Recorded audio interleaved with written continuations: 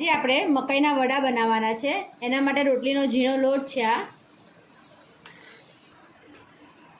આ ઘઉંનો લોટ છે, આ મકાઈનો લોટ છે અને આ બાજરીનો લોટ છે। આ લોટ તમારી અંદાજ પ્રમાણે તમારે લેવાના। આશરે કિલો જેવો ઘઉંનો લોટ છે, એમાં આપણે આ મકાઈનો લોટ આટલો નાખીશું, બાજરીનો લોટ નાખીશું અને તેલ નાખીને પહેલાં બરાબર મોણા કરી દઈએ।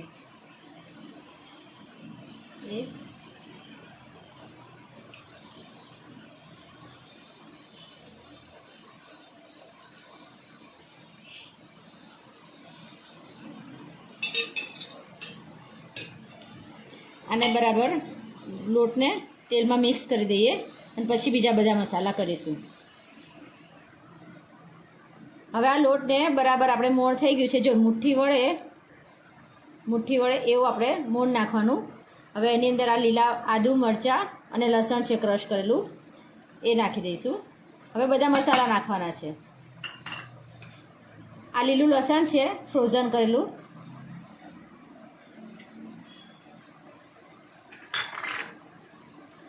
આ ખાંડ છે આટલી 2 ચમચી,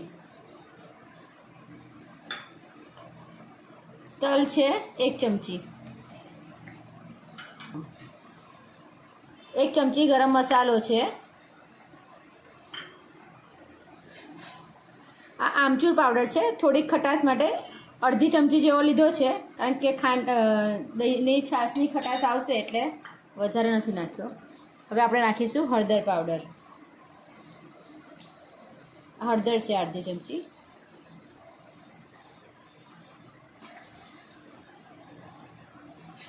ધાણા જીરું 1 ચમચી,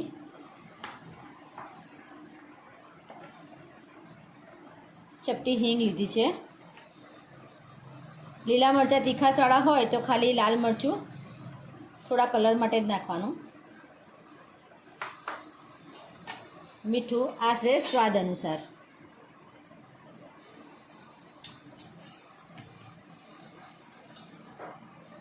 અને આ ચપટી સોડા છે ટાટાનો। હવે આ બધું બરાબર મિક્સ કરીને છાશથી લોટ બાંધી દેવાનો, છાશ નાખતી જવાની અને પરાઠા જેવો લોટ બાંધી દેવાનો।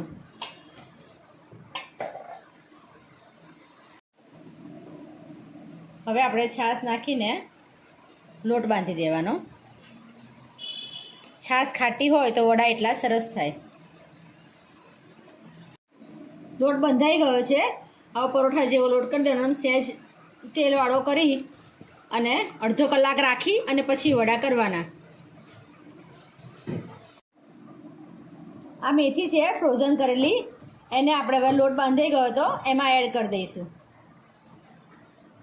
વડાને આટલા નાના બોલ પીસીસ આટલા નાના કરી અને દબાઈ દેવાનું।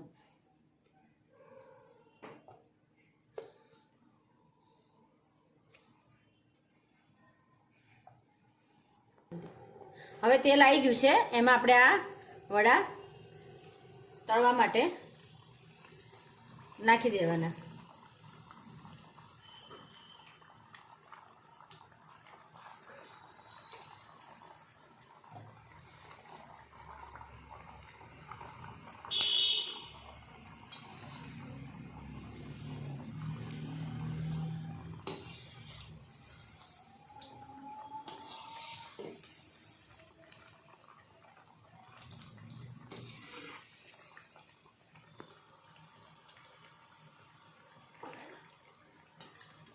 જો આ વડા સરસ ઉપર આવી ગયા છે ફૂલીને,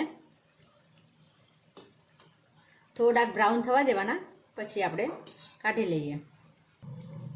હવે આપણા વડા સરસ તળાઈ ગયા છે।